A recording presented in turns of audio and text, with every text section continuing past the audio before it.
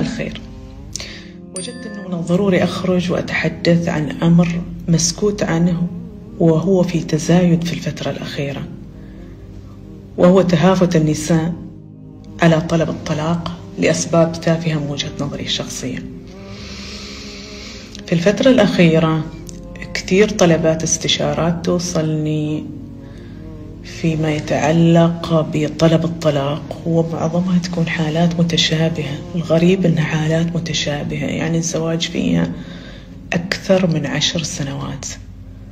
آخر هذه الحالات كمثال البارحة في امرأة تحدثت معي تريد أن تطلب الطلاق، طرحت عليها أسئلة وقلت لها أتمنى تجاوبيني بكل صراحة.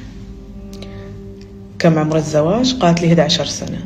طيب بينكم أطفال؟ نعم، طفلين. عمر أكبر طفل كم؟ 10 سنوات. طيب الأب يتعاطى المخدرات؟ لا. الأب يعمل؟ نعم. الأب يصرف على الأبناء؟ نعم. يوفر لهم احتياجاتهم الأساسية؟ نعم.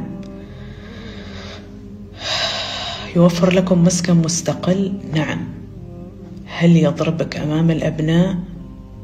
تأتي هنا الإجابة فيها نوع من التردد وعدم المصداقية. يعني معظم الإجابات التي تأتيني نعم، لكن لا يوجد أثر للضرب.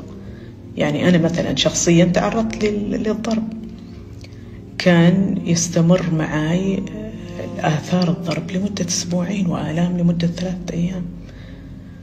أنت تحكي لي عن أنه تريدي تنهي زواج بعد 11 سنة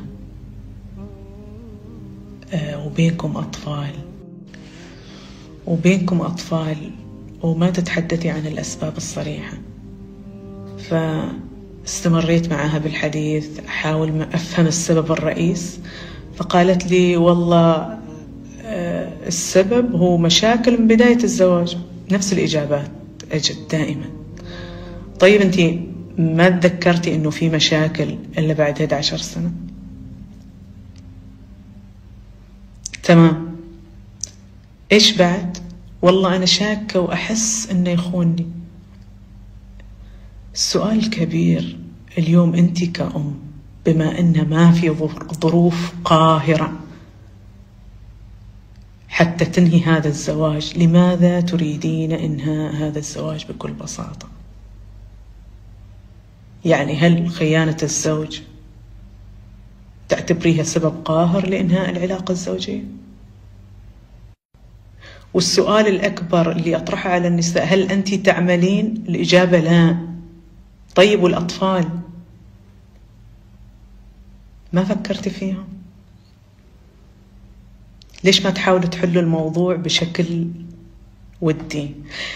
ليش ما تراجعوا مستشار اجتماعي أو أسري أو نفسي؟ ليش تلجأوا دائما إلى إنهاء العلاقة الزوجية لأسباب تافهة؟